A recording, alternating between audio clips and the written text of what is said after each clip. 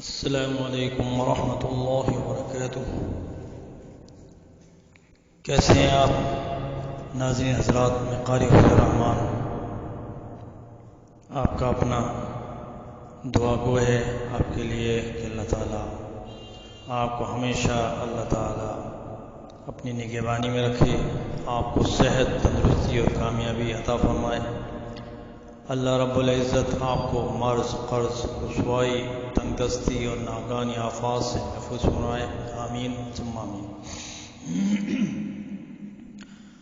میں سورہ آل عمران کا 16واں رکوع پڑھنے جا رہا ہوں اور اس کا پھر ترجمہ، اس کے بعد تقدیر کے بارے میں ذکر کرنا ہے۔ اس سے پہلے کل میں نے آخرت کا عذاب اور ثواب کے بارے میں ذکر کیا تھا، سماعت فرمائیں اور درخواست ہے کہ سبسکرائب کریں، شیئر کریں اور لائک بھی کریں۔ جزاک اللہ تعالیٰ خیر الجزا۔ اعوذ باللہ من الشیطان الرجیم، بسم اللہ الرحمن الرحیم۔ یا ایہا الذین آمنوا لا تکونوا کالذین کفروا وقالوا لإخوانهم إذا ضربوا في الأرض أو كانوا غزا لو كانوا عندنا ما ماتوا وما قتلوا ليجعل الله ذلك حسرة في قلوبهم والله يحيي ويميت والله بما تعملون بصير۔ ولئن قتلتم في سبيل الله أو متم لمغفرة من الله ورحمة خير مما يجمعون ولئن متم أو قتلتم لإلى الله تحشرون۔ فبما رحمة من الله لنت لهم ولو كنت فظا غليظ القلب لانفضوا من حولك فاعف عنهم واستغفر لهم وشاورهم في الأمر فإذا عزمت فتوكل على الله إن الله يحب المتوكلين۔ إن ينصركم الله فلا غالب لكم وإن يخذلكم فمن ذا الذي ينصركم من بعده وعلى الله فليتوكل المؤمنون۔ وما كان لنبي أن يغل ومن يغل يأت بما غل يوم القيامة ثم توفى كل نفس ما كسبت وهم لا يظلمون۔ أفمن اتبع رضوان الله كمن باء بسخط من الله ومأواه جهنم وبئس المصير۔ هم درجات عند الله والله بصير بما يعملون۔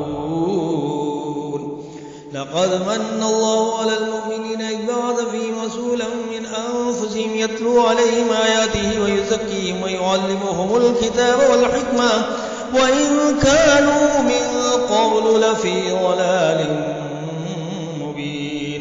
أولما أصابتكم مصيبة قد أصبتم مثليها قلتم أنى هذا قل هو من عند أنفسكم إن الله على كل شيء قدير۔ وما أصابكم يوم التقى الجمعان فبإذن الله وليعلم الذين نافقوا وقيل لهم تعالوا قاتلوا في سبيل الله أو ادفعوا قالوا لو نعلم قتالا لاتبعناكم هم للكفر يومئذ أقرب منهم للإيمان يقولون بأفواههم ما ليس في قلوبهم والله أعلم بما يكتمون۔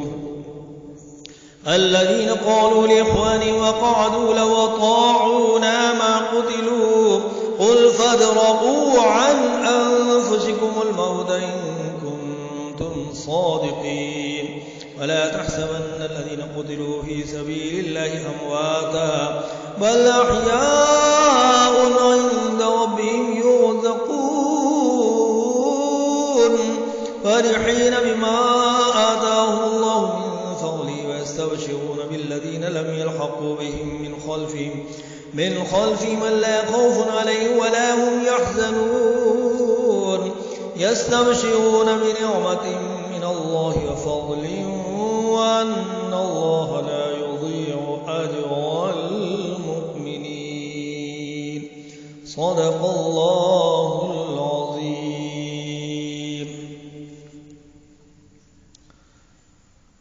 ترجمہ سماعت فرمائیں. مومنوں، ان لوگوں جیسا نہ ہونا جو کفر کرتے ہیں اور ان کے مسلمان بھائی جو خدا کی راہ میں سفر کریں اور مر جائیں یا جہاد کو نکلیں اور مارے جائیں تو ان کی نسبت کہتے ہیں کہ اگر وہ ہمارے پاس رہتے تو نہ مرتے اور نہ مارے جاتے. ان باتوں سے مقصود یہ ہے کہ خدا ان لوگوں کے دلوں میں افسوس پیدا کر دے، اور زندگی اور موت تو خدا ہی دیتا ہے. خدا تمہارے سب کاموں کو دیکھ رہا ہے، اور تم کو خدا کے راستے میں مارے جاؤ یا مر جاؤ تو جو مال و متاع لوگ جمع کرتے ہیں اس سے خدا کی بخشش اور رحمت کہیں بہتر ہے. اور اگر تم مر جاؤ یا مارے جاؤ خدا کے حضور میں ضرور اکٹھے کیے جاؤ گے.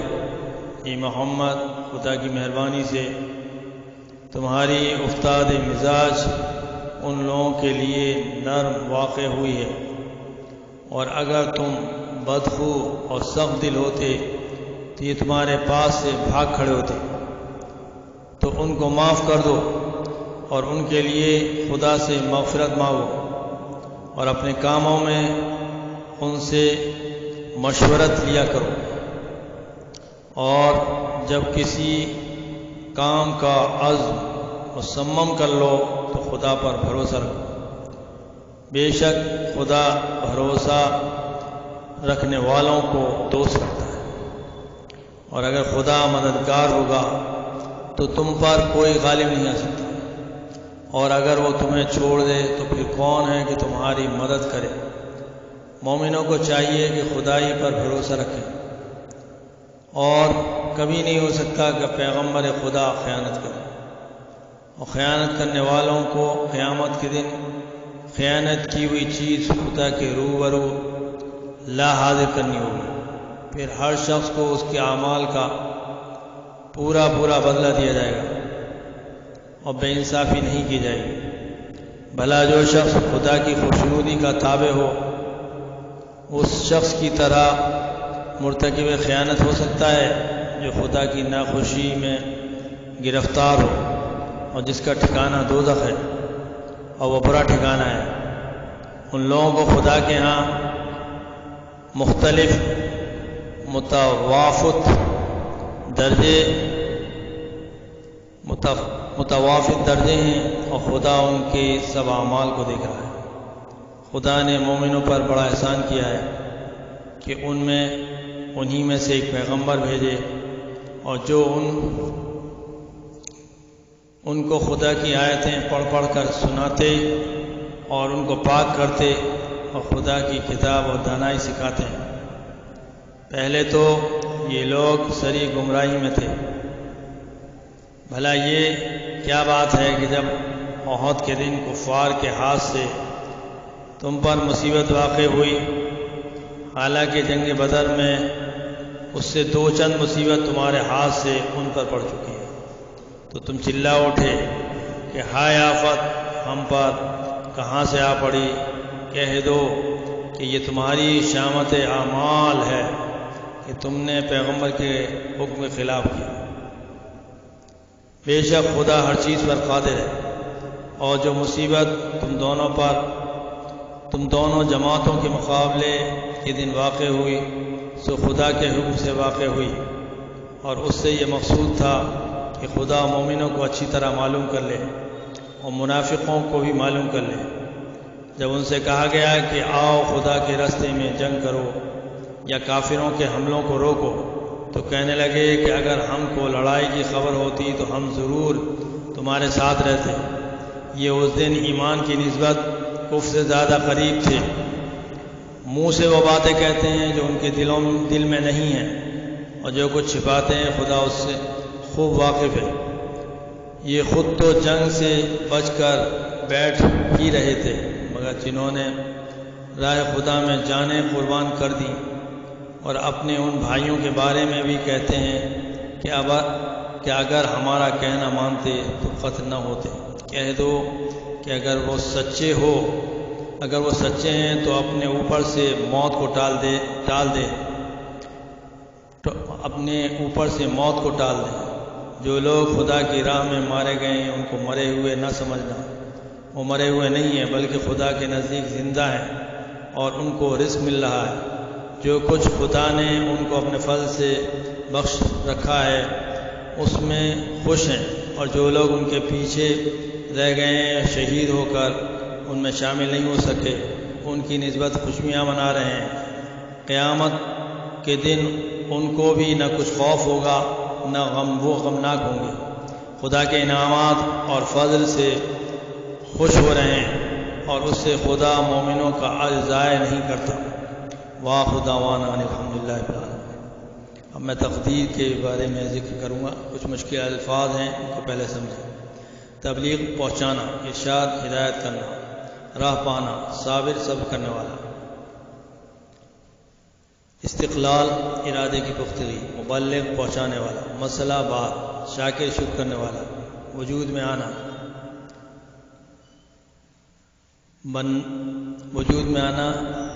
بنتا ہوا، قدم اٹھانا، تیار کرنا۔ تقدیر کے معنی اندازہ کرنے کے، اللہ تعالیٰ کے علم میں ہر ایک اچھی اور بری چیز کا ایک اندازہ مقرر ہے، اور اللہ تعالیٰ ہر چیز کے پیدا کرنے سے پہلے اسے خوب جانتا ہے۔ ہم دیکھتے ہیں کہ ہر ایک ماہر انجینئر جب مکان بنانا چاہتا ہے تو پہلے اس خطے زمین کے متعلق اندازہ کر لیتا ہے کہ اس جگہ رہنے کا کمرہ کہاں بنے گا، اس جگہ باورچی خانہ، فلاں جگہ ڈیوڑی کے لیے، فلاں جگہ غسل خانے کے لیے، فلاں جگہ بیت الخلاء، فلاں جگہ پائیں باغ ہوگا، فلاں جگہ ملاقات کے کمرے کے لیے۔ پھر جب وہ عمارت تیار کرتا ہے تو اس ذہنی نقشے اور اندازے کے مطابق، یا جو نقشہ کاغذ پر عمارت سے پہلے بنایا ہے اسی کے مطابق عمارت بنتی ہے۔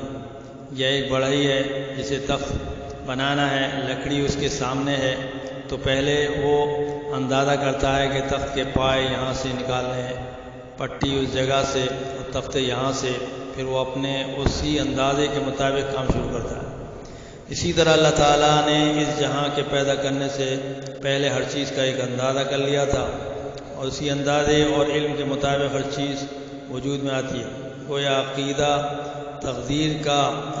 تقدیر کا حاصل یہ ہوا کہ دنیا میں جو کچھ اب تک ہوا ہے اور جو کچھ ہو رہا ہے اور جو کچھ آئندہ ہوگا وہ اللہ تعالیٰ کے علم میں سابق اور ازلی اندازے کے مطابق ہوا ہے اور ہوتا ہے اور ہوگا، اس کے خلاف نہیں ہو سکتا۔ اس عقیدے نے انسان کی نظر کو ایک واحد ہستی پر ایسا مستحکم کر دیا ہے کہ اس کی نظر نہ اپنی تدبیر میں کامیابی حاصل کر کے غرور تک نوبت پہنچاتی ہے، اور ناکامی کی صورت میں مایوسی اور پست ہمتی پیدا کرتی ہے۔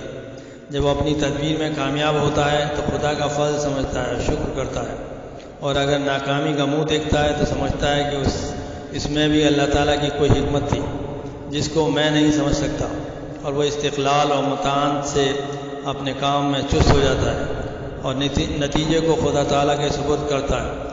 اسی عقیدے کا نتیجہ تھا کہ صحابہ اکرام کی گردنیں فتوحات اور کامیابی کی صورت میں خدا تعالیٰ کے سامنے جھک جاتی تھیں، اور ناکامی کی حالت میں ان کے دل میں نا امیدی اور یاس پیدا نہ ہوتی تھی، بلکہ ہر پیدا ہونے والے نتیجے کو خدا تعالیٰ کی طرف سے سمجھ کر خاموش ہو رہتے تھے۔ بڑی سے بڑی مصیبت میں بھی رحمت الہی سے مایوس نہ ہوتے تھے، ہر خطرناک سے خطرناک کام کے لیے قدم اٹھا بیٹھتے تھے۔ ان کا یقین تھا کہ موت اپنے وقت پر آئے گی اور جو کچھ ہونا ہے وہ ہو کر رہے گا، اسی لیے ان کے دل میں وہ عزم تھا کہ نہ اس کو پہاڑ روک سکتے تھے، نہ سمندر بہا کر لے جا سکتے تھے، نہ مصائب کا طوفان اس کو کھاڑ سکتا تھا، غرض یہ کہ یہی وہ عقیدہ ہے جو مسلمانوں کی تمام جرأت اور بہادری کا راز ہے۔ کچھ لوگوں نے اپنی غلط فہمی سے یہ سمجھ رکھا ہے کہ مسئلہ تقدیر کے ماننے سے انسان محض مجبور ہوتا ہے، اور اس سے یہ تعلیم نکلتی ہے کہ انسان اپنی تقدیر پر صابر و شاکر ہو کر سست اور غافل بن کر بیٹھ جاتا ہے۔ جن لوگوں نے تقدیر پر یہ غلط خیال جمایا ہے ان کو یہ بھی دیکھنا چاہیے کہ اگر ان کا یہ خیال صحیح ہوتا تو نہ تو رسولوں کے بھیجنے کی ضرورت تھی، نہ آسمانی کتابوں کے اترنے کی حاجت تھی، نہ تبلیغ کی تاکید ہوتی، اور نہ اصلاح اور ہدایت کا حکم ہوتا، بلکہ تمام مخلوق کو اس کی اپنی حالت پر ہی چھوڑ دیا تھا۔ مگر ایسا نہیں کیا گیا، بلکہ لاکھوں پیغمبر بھیجے گئے، بہت سی کتابیں اتاری گئیں، بے شمار مبلغ بنائے گئے، ہدایت اور ارشاد کی تاکید آئی، لوگوں کی اصلاح ہر مسلمان کا فرض ٹھہرایا گیا، ہر مسلمان کو کوشش کرنے کی تاکید کی گئی، حضرت صلی اللہ علیہ وسلم کی کوشش سے بھرپور زندگی ہمارے لیے نمونہ بنائی گئی، اس کی تقلید کرنا ہمارے لیے ضروری قرار دیا گیا۔ صحابہ اکرام نے اس نمونے کی تقلید سے جو کامیابی حاصل کی وہ اس کی تصدیق کرتی ہیں۔ بس اگر تقدیر کا حاصل ہوتا